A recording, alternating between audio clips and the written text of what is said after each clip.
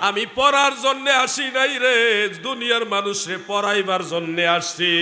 আমি শিখার জন্য আসি নাই রে, দুনিয়ার মানুষের শিক্ষক হিসেবে এসেছি। দৃষ্টিভঙ্গি আলাদা। কোরআন ভুল না, কোরআন ঠিক আছে, দৃষ্টিভঙ্গি দুই দলের দুই রকম। আমার নবীজির শিক্ষক একমাত্র আল্লাহ। মনে রাখবেন এই কথাগুলো। নবীজির শিক্ষক একমাত্র কে? আল্লাহ। জিবরিল আমার নবীর শিক্ষক না। খবরদার কখনো যেন জিবরিল আমিনকে আমার নবীর শিক্ষক বানায় দিয়েন না। আমার নবীজির জ্ঞান সৃষ্টি জগতে অসীম, অসীম, সৃষ্টি জগতে অসীম। আর মহান আল্লাহ তাআলা সব দিকেই অসীম। আল্লাহ তাআলা সব কিছু অসীম, কাদিম। কিন্তু সৃষ্টি জগতে সমস্ত মানুষের চেয়ে আমার দয়াল নবীর জ্ঞান সবচেয়ে বেশি, এই জন্য সৃষ্টি জগতে অসীম। আপনাদের এই কর্ণফুলী নদী, পাশে বঙ্গোপসাগর, এরপরে ভারত মহাসাগর, আটলান্টিক মহাসাগর, প্রশান্ত মহাসাগর, আরও যত সাগর মহাসাগর উপসাগর আছে, সমস্ত সাগর মহাসাগরের পানি এক জায়গায় করে সুয়ের মাথায় যদি একটু পানি নেন, সমগ্র সাগর মহাসাগরের পানি আর সুয়ের অগ্রভাগে সামান্য পানি যতটুকু বেশ কম। গোটা সৃষ্টি জগতে যত মানব দানব জিন ইনসান আছে, সবার জ্ঞান আর আমার দয়াল নবীর জ্ঞানে এর চেয়ে বেশি বেশ কম। কথাটা কি বুঝতে পারছেন আপনারা? সমগ্র সাগর মহাসাগরের জ্ঞান, সাগর মহাসাগরের পানি হলো মদিনাওয়ালার জ্ঞান। আর ওই সমগ্র সাগর মহাসাগরের পানি এর তুলনায় সুইয়ের মাথায় যে পানি, এটার মতো হলো সব মানুষের জ্ঞান। কত বেশ কম? এর চেয়ে বেশি বেশ কম। বলবেন এটা কি বানায় বললেন? না, ঝুসে বলি নাই, হুসে বলেছি। কেমনে? শুনুন। আল্লাহ তাআলা আমার নবীজির সম্পর্কে বলেন, আমাদের সম্পর্কে, আমাদের জ্ঞান সম্পর্কে বলেন, ওয়ামা উতিতুম মিনাল ইলমি ইল্লা কলিলা। আমি তোমাদেরকে সামান্য জ্ঞান ছাড়া কিছুই দেইনি। আমাদেরকে আল্লাহ বলতেছে, তোমাদেরকে যে জ্ঞান দিয়েছে এটা সামান্য, অল্প, খুবই সামান্য। আমাদের সবার জ্ঞানকে আল্লাহ বলতেছে কি? একটু বলুন না, কি বলতেছে? সামান্য। সব মানুষের জ্ঞান আল্লাহ বলে সামান্য। আর দয়াল নবীজির জ্ঞান ইলম মুবারক। নবীজিকে আল্লাহ তাআলা বলেন, ওয়া আনজালাল্লাহু আলাইকাল কিতাবা ওয়াল হিকমাতা ওয়া আল্লামাকা মা লাম তাকুন তা'লাম ওয়া কানা ফাদলুল্লাহি আলাইকা আযীমা। সুবহানাল্লাহ বলেন। নবী গো,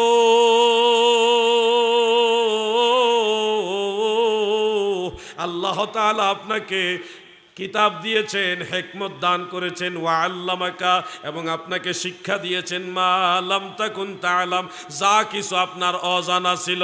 আমার নবীজির জ্ঞানের কথা বলে মহান আল্লাহ তাআলা বলেন, ওয়া কানা ফাদলুল্লাহি আলাইকা আযীমা। আপনার উপরে আল্লাহ তাআলার অনুগ্রহ, দয়া, বা আল্লাহর যে দয়ার জ্ঞান, এটা হলো অসীম, আযীমা, মহান, বড়, বিশাল। সুবহানাল্লাহ বলেন। সব মানুষের জ্ঞানকে আল্লাহ বলেছে কলিল, আর নবীজির জ্ঞানকে উল্লেখ করে বলে আজিম। আজিম, আজিম শব্দটা কেমন? আপনারা নামাজে রুকুতে গিয়ে কি পড়েন? সুবহান রব্বিয়াল আজিম। এটা আল্লাহর শানে ব্যবহার হয়। আজিম শব্দটা আল্লাহর ব্যাপারে ব্যবহার হয়। আজিম সাধারণ ব্যাপার না, আরশে আজিম। আজিম শব্দটা অনেক বড় শব্দ। আর আল্লাহ তাআলা নিজে সেই আজিম শব্দ নবীর ব্যাপারে ব্যবহার করছে। ত্রিভুবনের প্রিয় মুহাম্মদ এলো রে দুনিয়ায়, রে সাগর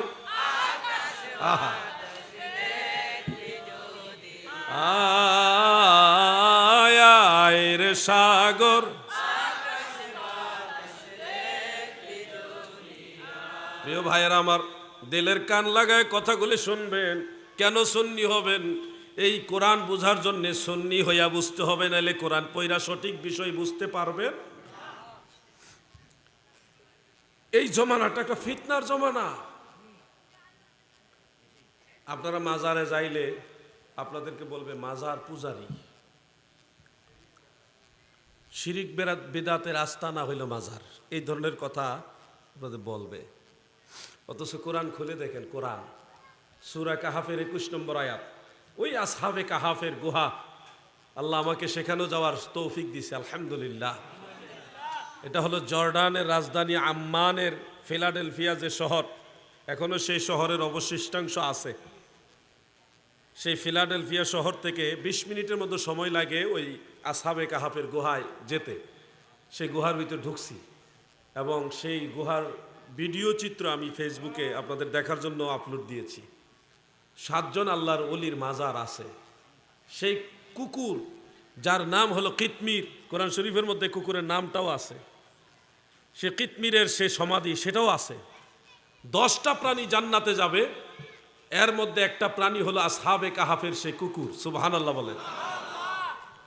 আল্লাহর ওলিদের সাথে থাকার কারণে, আল্লাহর ওলিদের সোহবতে থাকার কারণে একটা কুকুর জান্নাতে যাবে। তা আল্লাহর ওলিদের সোহবতে যদি আপনারা থাকেন, তাহলে আল্লাহর ওলিদের সোহবতের বরকতে আল্লাহ আমাদেরকে জান্নাতে দিতে পারে কি পারে না? কুকুর যদি জান্নাতে যেতে পারে আল্লাহর ওলিদের সোহবতের কারণে, আমরা কেন পারবো না?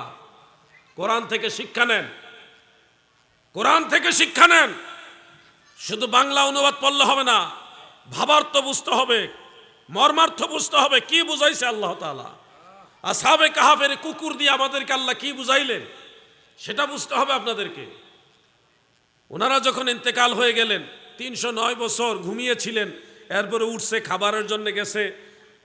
300 বছরের আগের মুদ্রা, এটা দেখে মানুষ সন্দেহ করলো, ওনাদের আটকাইলো, যাচাই বাছাই করলো, 300 বছরের আগের ইতিহাস খুঁজলো, খুঁজে দেখে ওনারা 300 বছরের আগের মানুষ। অথচ এই 7 জন আল্লাহর ওলি তারা মনে করতেছে জোহরের পরে ঘুমাইছে, আসরের নামাজের সময় হয়েছে, এটুকু সময়। সুবহানাল্লাহ বলে। এইটুকু ঘুমে ওনাদের চলে গেছে কয়শো বছর? 300 বছর। আজকে আপনাদের বলি, কর্ণফুলী মুসলমান, যদি নবীর তরিকায় চলতে পারো, ওলি আল্লাহর পথে চলতে পারো, মারা যাওয়ার পরে আজরাইল এসে রূহ নিবে, হাসরের ময়দানে উঠবেন, মাঝখানে এই হাজার হাজার অগণিত বছর আপনার কাছে মনে হবে জোহর থেকে আসরে পর্যন্ত কবরে আসিলেন। সুবহানাল্লাহ। যদি লাইনে চলতে পারো, নবীর তরিকায় সুন্নি জামাতে সুন্নি আকীদা নিয়ে থাকতে পারো, তোমার এই বিশাল সময় এক ঘুমের মতো চলে যাবে। সেই আসহাবে কাহাফের আউলিয়ারা যেমন সামান্য সময় ঘুমাইছে মনে করে 300 বছর শেষ, নবীর উম্মতেরা ইন্তেকাল করবে, কিয়ামতের আগ পর্যন্ত তারা ঘুমাবে, তাদের কাছে মনে হবে জোহর থেকে আসর পর্যন্ত ঘুমাইছে। লাইনে আসো, লাইনে আসো, বেলাইনে না রে ভাই, লাইনে আসো। কোরআন থেকে শিক্ষা নিতে হবে আপনাকে। আল্লাহর ওলিরা যখন চিহ্নিত হয়ে গেল যে ওনারা 300 বছর আগের লোক, তো তিনারা শেষ পর্যন্ত গুহায় আসলেন, ওনাদেরকে লোকজন দেখলেন, এবং পরবর্তীকালে 300 বছর পরের যে রাজা, সে ভালো ছিল, ইমানদার ছিল। যাই হোক, এক পর্যায়ে ওনারা গুহার মধ্যে প্রবেশ করলেন এবং ইন্তেকাল করলেন। সেজদা অবস্থায় ওনারা ইন্তেকাল করছে। সবাই সিদ্ধান্ত নিল ওনাদেরকে গুহা থেকে বের করে কি আলাদা আলাদা কবর দিব, নাকি ওই গুহার মধ্যেই দাফন করে দিব। এই সিদ্ধান্ত নিতে নিতে একমত হলো যে গুহার মধ্যে ওনারা যেভাবে আছে ওইভাবে ওনাদেরকে দাফন করে দেই, আর গুহার দরজাটা বন্ধ করে দেই। দরজার বাইরে ওনাদের নেম ফলক, মানে প্রত্যেকের নাম সহকারে লিখে দিলেন। ওই গুহার ভিতরে এখন ওনাদের মাজার আছে। এক পাশে 3 জন, আরেক পাশে 3 জন, কয়জন হলো? 6 জন। আর মাঝখানে যিনি, এই 3 জনের মাঝখানে হলো আরেকজন। এই হলো 7 জন আল্লাহর ওলি। ভাই আমার, সেই আসহাবে কাহাফের আউলিয়াদের দাফন যখন, মানে গুহার দরজা যখন লাগানো হয়ে গেল, এখন মুসলমানরা দেখলেন ওই এলাকার বাহিরের লোকেরা ওনাদের দেখার জন্য কিংবা ওনাদের জিয়ারত করার জন্য আসতেছে। দলে দলে লোক আসতেছে যে আল্লাহর ওলিদেরকে আমরা দেখব। এরকম একটা ঘটনা ঘটলে আপনারাও তো যাইতেন দেখার জন্যে। ওরকম ওই সময় লোকজন দলে দলে আসতেছে আসহাবে কাহাফের আউলিয়াদের দেখবে। এখন ওই সময় মুসলমানরা সবাই চিন্তায় পড়ে গেল, এখন কি করণীয়। বিভিন্ন ধরনের প্রস্তাবনা আসছে, কিন্তু সবাই একটা প্রস্তাবে একমত হলো যে আমরা এখানে একটা মসজিদ নির্মাণ করব। লানাত্তাখিযান্না আলাইহিম মাসজিদা, আমরা তাদের কাছে মসজিদ নির্মাণ করব। এবং সেখানে একটা মসজিদ বানানো হয়েছে, আলহামদুলিল্লাহ। সেই মসজিদও আমি গিয়েছি। ওনাদের যা সাবে কাহাফের গুহা, গুহার বরাবর উপরে পাথরের পর্বত, তো পুরাটাই পাথর, বরাবর উপরে হলো সেই মসজিদটা। এই মসজিদ আর গুহার মাঝে ছোট্ট একটা ছিদ্র আছে, ওই ছিদ্র দিয়ে সূর্যের আলো গুহার ভিতরে প্রবেশ করতো, এটার কথা কোরআন শরীফে আছে। এই গুহার উপরে মসজিদ নির্মাণ করা হয়েছে কেন? এই কেনর উত্তর দিয়েছেন মুফাসসিরিনে কেরাম, তাফসিরে মাযহারি, তাফসিরে রুহুল বায়ান এবং তাফসিরে সিরাজুম মুনির সহ অন্যান্য বিশ্ববিখ্যাত তফসির, সেগুলির মধ্যে উল্লেখ যে ইউসাল্লি ফীহিল মুসলিমুনা ওয়া ইয়াতাবাররাকুনা বিমাকানিহিম, মুসলমানেরা সেই মসজিদে নামাজ আদায় করবে। মসজিদ বানাইছে কারণ দর্শানো হচ্ছে ইউসাল্লি ফীহিল মুসলিমুন, মুসলমানেরা সেখানে নামাজ আদায় করবে। ওয়া ইয়াতাবাররাকুনা বিমাকানিহিম, আসহাবে কাহাফের এই মাজারের উসিলায়, মাকানের উসিলায় মুসলমানেরা বরকত হাসিল করবে। দেখেন আল্লাহর কোরআন থেকে বোঝা যায় আল্লাহর ওলিদের মাজারের কাছে গিয়ে বরকত হাসিল করা যায়, এটাই কোরআনের শিক্ষা। সুবহানাল্লাহ বলেন। ওলি আল্লাহদের মাজারের কাছে গেলে বরকত হাসিল হয়, বরকত কোরআন থেকে শিক্ষা নাও। আর তুমি আমাদেরকে বলে দিচ্ছ আমরা মাজার পূজা করি, এখানে শিরিক বেদাতের আস্তানা। বুকা কোথাকার, তোমার চোখের মধ্যে হলো শিরিকের চশমা, তুমি যেদিকে তাকাও ওইদিকে শুধু শিরিক দেখো। সুন্নিদের চোখের মধ্যে হলো আল্লাহ এবং আল্লাহ রসুল এবং আল্লাহর ওলিদের মহব্বতের চশমা। সুন্নিরা শিরিক করার জন্য মাজারে যায় না, সুন্নিরা আল্লাহর ওলিদের ভালোবেসে জিয়ারত করার জন্য যায়। ঠিক কিনা বলে? কোরআন পড়ে কিন্তু কোরআন বুঝে না। কোরআনের মধ্যে উল্লেখ মাজারে যে তাদের উসিলা দিয়ে বরকত হাসিল করার কথা কোরআনেও আছে। আমি বানাই আওয়াজ করি না। কোন আলেম ভাই যদি আমার সাথে দ্বিমত পোষণ করেন যে হাদি ভাই আপনি যে বললেন এই কথাটা আসলে কিতাবে আছে কিনা, আমি আপনাকে সহযোগিতা করব। আপনি কিতাব নিয়ে আসেন, আপনার কিতাব থেকে আমি বের করে দেখাবো। ঝগড়া করতে পারবো না, আমি দলিল দেখতে চাইলে আমি দেখাবো, কিন্তু ঝগড়া করতে পারবো না। ও আসমানে ডাকতেছে, মানে আল্লাহ বলতেছে তাড়াতাড়ি শেষ কর, নাকি তেরপাল থাকলেও বেশি সময় যাওয়া যাবে না, বৃষ্টি নেমে গেলে আবার আর ঝামেলা। তো বৃষ্টি যার আমরাও তার মাহফিলও যদ্দূর আল্লাহ চালাই তদ্দূরই চলবে। সর্ব অবস্থায় আমরা আল্লাহ তাআলার কাছে আত্মসমর্পণ করলাম। বলেন আলহামদুলিল্লাহ।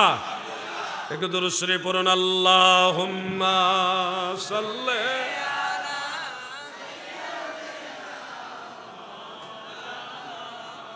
মুহাম্মদ ওয়া আলা আলিহি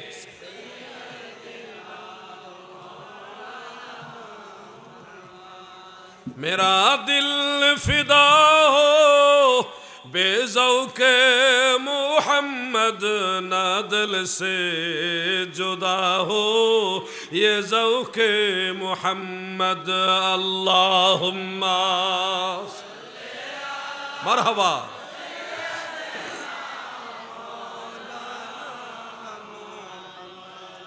वाला आले सय्यिदिना। বর্তমান সময়ের সাথে সংশ্লিষ্ট বিদায় এই বিষয়ে আমি আরো দুই একটা কথা বলি। মাজারে গেলেই মাজার পূজারি হয় না রে। তোমরা জানো নি এমন এমন কিছু মাজার আছে, ওই মাজারের কাছে দাঁড়াইয়া দোয়া করলে নিশ্চিত কবুল হয়ে যায়। ভাই রে, তোমরা মনে করো মাজারের কাছে গিয়ে দোয়া করার দরকার নাই, ঘরে বসেই দোয়া করলে হয়। ঘরেও আমরা দোয়া করি, মসজিদেও দোয়া করি, মাদ্রাসায় গিয়েও দোয়া করি, আমরা সুযোগ পাইলে সব জায়গায় দোয়া করি, আল্লাহর ওলির দরবারে যাইয়াও দোয়া করি। দোয়া যে কোনো জায়গা থেকে করা যায়। তবে তোমরা জানো না আল্লাহর ওলির মাজারের কাছে দাঁড়াইয়া কেউ যদি আমার আল্লাহর কাছে দোয়া করে, সেই আল্লাহর ওলির উসিলায় তিনার বরকতে ওই মুমিন বান্দার দোয়া নিঃসন্দেহে আমার আল্লাহ কবুল করে নেয়। ভাই রে, এটা আমার বানানো কথা না, আমার অনুমান ভিত্তিক কথা না। সলফে সালেহিনকে অনুসরণ করে আমি দুইটা কথা আপনাদেরকে যা শুনিয়ে দেই। এক নম্বর হলো ইমাম আবু আবদুল্লাহ মুহাম্মদ ইবনে ইদ্রিস আশ-শাফিঈ রাহমাতুল্লাহ আলাইহি, শাফিঈ মাযহাবের ইমাম শাফিঈ, তিনি যখন কঠিন মুসিবতে পড়তেন, বড় ধরনের জটিলতার মধ্যে পড়ে যেতেন, তখন তিনি ফিলিস্তিন থেকে সফর করে বাগদাদে আসতেন। ইমাম আজম আবু হানিফা রাহমাতুল্লাহ আলাইহির মাজারের কাছে দাঁড়াইয়া তিনি দোয়া করতেন। তিনি বলেন সাল্লাইতু রাকাতানে, আমি ইমাম শাফিঈ 2 রাকাত নামাজ আদায় করতাম। নামাজ আদায় করে ওয়াসালতুল্লাহ ইনদা কবরিহি, ইমাম আবু হানিফার মাজারের কাছে দাঁড়াইয়া আল্লাহর কাছে দোয়া করতাম। ওই দোয়া করার সাথে সাথে আমার আল্লাহ দোয়া কবুল করে নিত। তারিখে বাগদাদের মধ্যে সনদ সহকারে এটা উল্লেখ রয়েছে, ফতোয়ায়ে শামির মধ্যে উল্লেখ রয়েছে। ও আমার ভাইয়েরা, এখানে শেষ না। ইমাম শাফিঈ রাহমাতুল্লাহ আলাইহি বলেন, আওলাদ রাসূল হযরতে মুসা কাজিম রাহমাতুল্লাহ আলাইহি তিনার মাজারে আমি যতবার দোয়া করেছি, ওইখানে দাঁড়াইয়া যতবার দোয়া করেছি ততবারই আমার দোয়া কবুল হয়ে গেছে। হযরতে মুসা কাজিম রাহমাতুল্লাহ আলাইহি ওয়া রাদিয়াল্লাহু আনহু এর মাজার হলো ইরাকের দজলা নদীর কিনারে। ইমাম আজমের মাজার হলো দজলা নদীর এই পারে, ইমাম মুসা কাজিম রাদিয়াল্লাহু আনহুর মাজার হলো দজলা নদীর ওই পারে। এই 2 মাজার সম্পর্কে ইমাম শাফিঈ রাহমাতুল্লাহ আলাইহির এই মত। ইমাম আহমদ বিন হাম্বল রাহমাতুল্লাহ আলাইহি তিনি আরেকজন আল্লাহর ওলির কথা বলেছেন। তিনি হলেন হযরতে মারুফ আল কারখি রাহমাতুল্লাহ আলাইহি। ইরাকের কার্ক শহরে ওনার বাড়ি। কার্ক একটা শহরের নাম কার্ক। এই কার্ক শহরে হলো হযরতে মারুফ আল কারখি, জবরদস্ত একজন আল্লাহর ওলি। হযরতে ইমাম আহমদ বিন হাম্বল বলেন, মারুফ আল কারখি রাহমাতুল্লাহ আলাইহির মাজারের কাছে দোয়া করলে আল্লাহ তাআলা কবুল করে। দোয়া কবুলের একটা আশ্চর্য জায়গা হলো মারুফ কারখির মাজার। সুবহানাল্লাহ বলে। আমরা মাজারে গিয়ে দোয়া করলে আপনারা আমাদেরকে বেদাতি বানিয়ে দেন, ভণ্ড বানিয়ে দেন। আপনারা তো ইমাম শাফি, ইমাম আহমদ বিন হাম্বল, অনেক বড় বড় ইমাম যারা মাজারের কাছে গিয়ে দোয়া করেছে এবং দোয়া কবুল হওয়ার গ্যারান্টি দিয়েছে, আপনারা তো তাদেরকেও বেদাতি ভণ্ড বানিয়ে ছাড়বেন। বলবেন এটা ইমামদের ব্যাপার, এটা দলিল না। আরে বুকা মুমিন বান্দারা অনুসরণ করার জন্য এটাই যথেষ্ট। তারপরে বলছি সাহাবাই কারামও কঠিন বিপদে পড়লে মদিনাওয়ালা রওজা মোবারকে চলে যেত। মেশকাত শরীফের দারিমি শরীফের রেফারেন্স একটা হাদিস উল্লেখ, সহিহ সনদ। একবার হযরত ওমর রাদিয়াল্লাহু আনহুর খেলাফতের আমলে বৃষ্টি হয় না, অনাবৃষ্টি। আমাদের দেশে তো বৃষ্টির অভাব নাই, আরব দেশে এত বৃষ্টি হয় না। ওই সময় বৃষ্টির অভাবে, পানির অভাবে সবাই এক ধরনের ধ্বংসের দিকে চলে যাচ্ছে, পানির অভাবে। তখন সাহাবাই কেরাম আম্মা জান আয়েশা সিদ্দিকার কাছে গিয়ে বলেন, মা গো মা, ও মুমিনদের মা আয়েশা গো, খাইবার পানি নাই, ওযু করার পানি নাই, গোসলের পানি নাই, পানির বড় সংকট, আমরা এখন কি করব? আম্মা জান আয়েশা রাদিয়াল্লাহু তাআলা আনহা বলেন, তোমরা একটা কাজ করো, সবাই মিলে আল্লাহর হাবিবের রওজা মুবারকে যাও। সুবহানাল্লাহ। কাবা ঘরে যাওয়ার জন্য বলে নাই, তার মানে এই নয় যে কাবা ঘরে গেলে দোয়া কবুল হবে না। নিঃসন্দেহে কাবা ঘর দোয়া কবুলিয়তের একটা জায়গা। তবে আম্মা জান আয়েশা ওই সময়ের জন্য বললেন, তোমরা এখন নবীজি রওজা মুবারকের কাছে যাও, রওজা মুবারকের উপরে যে ছাদ রয়েছে ওই ছাদ সরায়া দাও, যেন আসমান রাজ্যের সাথে আমার দয়াল নবীজি রওজা মুবারকের কোনো প্রতিবন্ধকতা না থাকে, মাঝখানে যেন কোনো ছাদ না থাকে, এটা সরায়া দাও। সাহাবাই কারাম সাথে সাথে রওজা আনোয়ারে গিয়ে ওই রওজা মুবারকের উপরে ছাদ সরায়া দেওয়ার সাথে সাথে এমন ভারী বর্ষণ বৃষ্টি আমার আল্লাহর তরফ থেকে নাজিল হইল, মদিনায় বন্যা হয়ে গেল, ঘাস গাছগাছালি সবুজ শ্যামলে ভরপুর হয়ে গেছে। আমার দাদু ভাইয়েরা রে, এই দেখেন একটা হাদিস, আরো হাদিস শোনাই, কয়টা শুনলে খুশি হবেন আমি জানি না। আরেকটা হাদিস ইমাম ইবনু হাজার আসকালানী রাহমাতুল্লাহ আলাইহি বুখারী শরীফের শরাফাতুল বারীর মধ্যে উল্লেখ করেছেন। ইমাম তাবারানী রাহমাতুল্লাহ আলাইহি মুজামুল কাবীরের মধ্যে হাদিসটা উল্লেখ করেছেন, সনদের মান সহিহ, মানে সহিহ হাদিস। হযরতে ওমর রাদিয়াল্লাহু আনহুর খেলাফতের আরেকটা সময়ে এরকম অনাবৃষ্টি যখন দেখা দিল, ফাজা রাজুলুন মিনাল আরাবি বা ফাজা রাজুলুন ইলা কাবরিন নবী সাল্লাল্লাহু আলাইহি ওয়াসাল্লাম, একজন ব্যক্তি নবীজি রওজা মুবারকের কাছে আসলেন। এসে আমার নবীজি রওজা মুবারকের কাছে গিয়ে বলেন, ইয়া রাসূলুল্লাহ, নবী গো,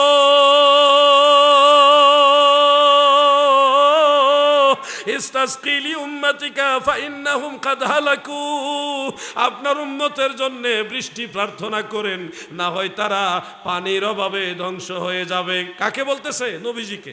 নবীজি আছে কোথায়? রওজা মুবারকে পর্দা করেছেন ইন্তেকাল শরীফের পরে, সশরীরে জিন্দা অবস্থায় নবীজি রওজা মুবারকে নবীজিকে ডেকে ডেকে বলতেছেন, ইয়া রাসূলুল্লাহ, পানির অভাবে আপনার উম্মত ধ্বংস হয়ে যাচ্ছে, আপনার উম্মতের জন্য আল্লাহর কাছে বৃষ্টি প্রার্থনা করুন। রওজা মুবারক থেকে দুইটা বর্ণনা আছে এখানে।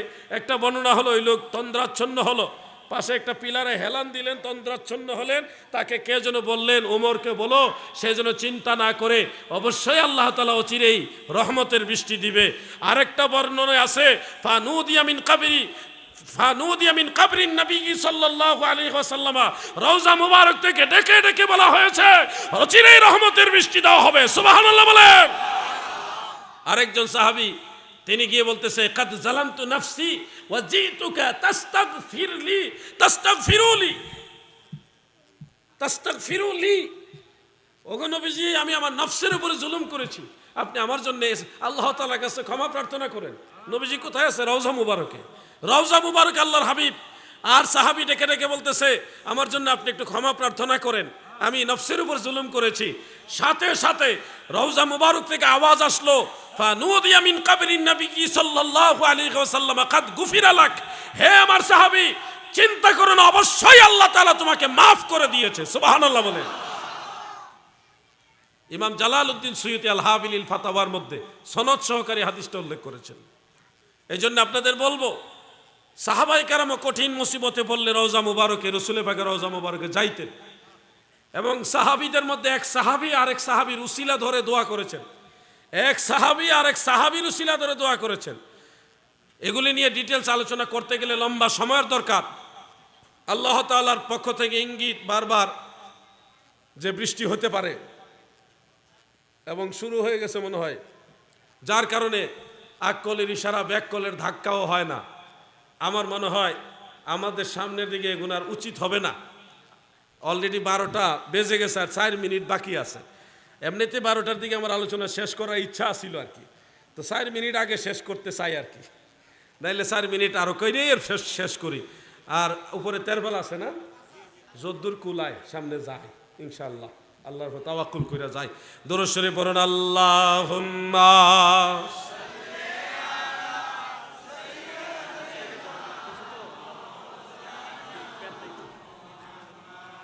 ওয়া আলা আলি সাইয়্যিদিনা।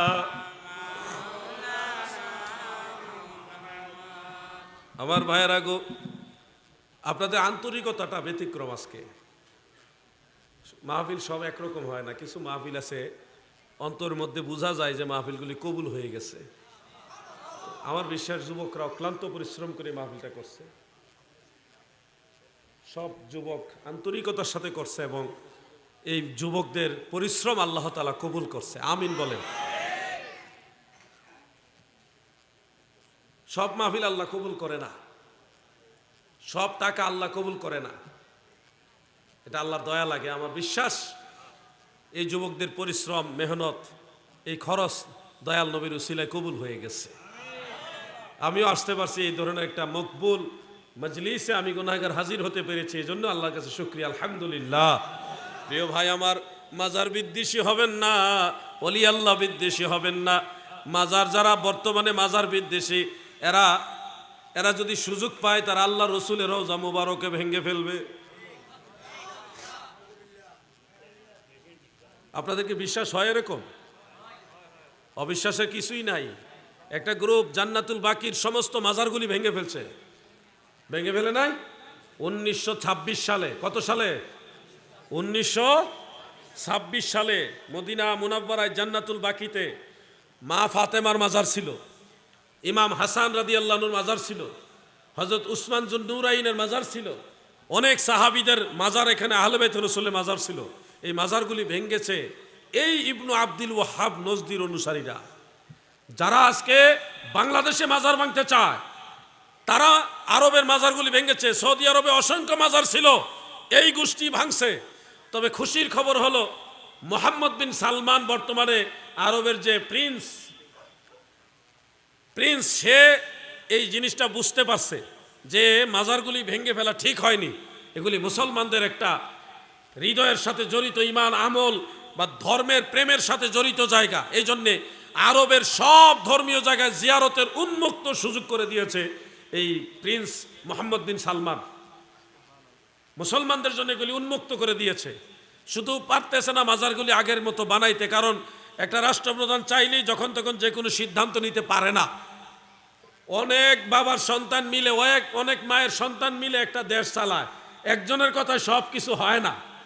কথা বুঝছেন? এই জন্য পারতেছে না। তবে লক্ষণ ভালো, লক্ষণ ভালো। মাজার যারা ভাঙছে, বাংলাদেশে যারা মাজার ভাঙছে, এরাও কিন্তু এখন আতঙ্কিত, ভীত সন্ত্রস্ত যে আমাদের এই কাজটা ঠিক হয় না। সারা বাংলাদেশের নারী পুরুষ সবাই ক্ষিপ্ত হয়ে গেছে। পুরুষ লোক আর কি ক্ষিপ্ত হয়েছে, আল্লাহর ওলিদের মাজারের উপরে হাত দেওয়ার কারণে বাংলার কোটি কোটি মা বোন দাবটি আর ঝাড়ু নিয়ে রেডি হয়ে গেছে ওয়াহাবিদের পিটাইবার জন্য। এটা টের পাইছে তারা। বৃষ্টি তো শুরু হয়ে গেল, তো যাই হোক যদ্দূর চলে ইনশাল্লাহ, কি বলেন? এই জন্য মাজার বিদ্বেষী হওয়া যাবে না, মাজার জিয়ারত করতে হবে। এদিকে তাকান, একটু জিকির করেন। বৃষ্টি আসলে আগের আলেমরা জিকির করতো, আমরা একটু জিকির করি। ইসমে জাত আল্লাহ আল্লাহ আল্লাহ,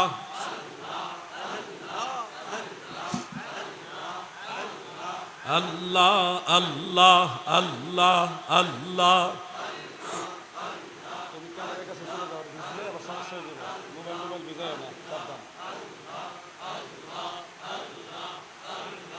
আল্লাহ আল্লাহ আল্লাহ আল্লাহ আল্লাহ আল্লাহ আল্লাহ আল্লাহ। যে সকল জায়গায় বৃষ্টি পড়বে ওই জায়গাগুলি আপনারা একটু গ্যাপ করে দিবেন, বাকি সবাই বসেন, আল্লাহর ভরসা ইনশাল্লাহ। ইসমে জাত আল্লাহ আল্লাহ আল্লাহ আল্লাহ আল্লাহ আল্লাহ আল্লাহ আল্লাহ আল্লাহ।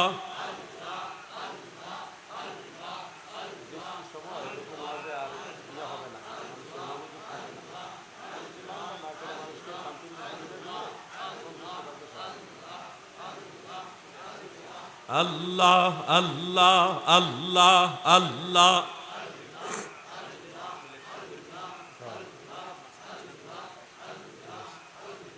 লা ইলাহা ইল্লাল্লাহু মুহাম্মাদুর রাসূলুল্লাহ সাল্লাল্লাহু আলাইহি ওয়াসাল্লাম। আমার একটা বই, এই বইটা আপনাদেরকে অনুরোধ করব পড়ার জন্যে।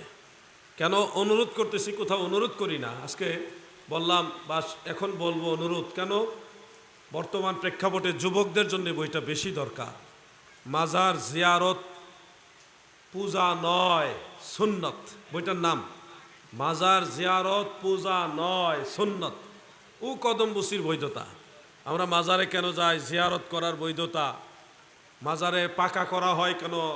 মাজারের কাছে গিয়ে দোয়া করা যাবে কিনা? জিয়ারত কি কবরের দিকে ফিরে না পশ্চিম দিকে ফিরে? এই কবরের উপরে গম্বুজ তৈরি করা, জিয়ারত নিয়ে যত দলিল, এই বইটা প্রত্যেকটা যুবকের দরকার। ভাইরে, অবহেলা করবেন না। আমরা সুন্নিরা কিন্তু অবহেলা করতে করতে অনেক পিছিয়ে গেছি, অনেক পিছিয়ে গেছি। লোক বলে জনসংখ্যায় সুন্নি বেশি, কিন্তু ওয়াহাবিদের সাথে তার বড় কুলায় উঠতে পারেন না, কারণ আপনাদের স্টাডি নাই। সুন্নিয়ত নিয়ে আপনাদের তেমন কোনো স্টাডি নাই, আছেন বিরিয়ানি আর খিচুড়ি লইয়া। এই জন্য আমরা অনেক লোক বেশি, আমরা কিন্তু পারি না। কেন? এরা তো হেডা লইয়া স্টাডি করে, আর আমরা বিরিয়ানি খিচুড়ি লিয়া ব্যস্ত। এই বইটা 100 টাকা, 100 টাকা অনেক বড় কিছু না। এই বইটা সংগ্রহ করে রেখে দেন, আপনাদের কাজে লাগবে। সন্তানদের জন্য নেন, মা বোনদের জন্য নেন। আরেকটা বই আছে ঈদে মিলাদুন নবী সাল্লাল্লাহু আলাইহি ওয়াসাল্লাম, মিলাদ এবং কিয়ামের দলিল আদিল্লা সম্পর্কে জানতে হলে এই বইটা নেবেন। দুইটা বই একসাথে 250 টাকা, সংগ্রহ করে রেখে দেন, কাজে লাগবে। শুধু অনুরোধ করে যাচ্ছি, আলোচনা লম্বা করব না, অনুরোধ করে যাচ্ছি আজকের মাহফিলে। আমার সবচেয়ে বড় অনুরোধ হলো যে 5 ওয়াক্ত নামাজ আদায় করবেন। যারা মাহফিলের আয়োজক আপনাদেরকেও বলছি এবং সকল শ্রোতাদেরকে, মা বোনদেরকে বলছি, 5 ওয়াক্ত নামাজ আদায় করতে হবে। নামাজ ছাড়া কোনো তরিকা নাই, এই জিনিসটা খেয়াল রাখবেন। মা বাবা এবং উস্তাদকে সম্মান করবেন। যে সকল যুবকরা ঠুনকো যুক্তি নিয়ে কিংবা যে কোনো একটা বাহানা দিয়ে উস্তাদদেরকে শিক্ষা প্রতিষ্ঠানে অসম্মান করেছেন, আপনারা অতি শীঘ্রই সে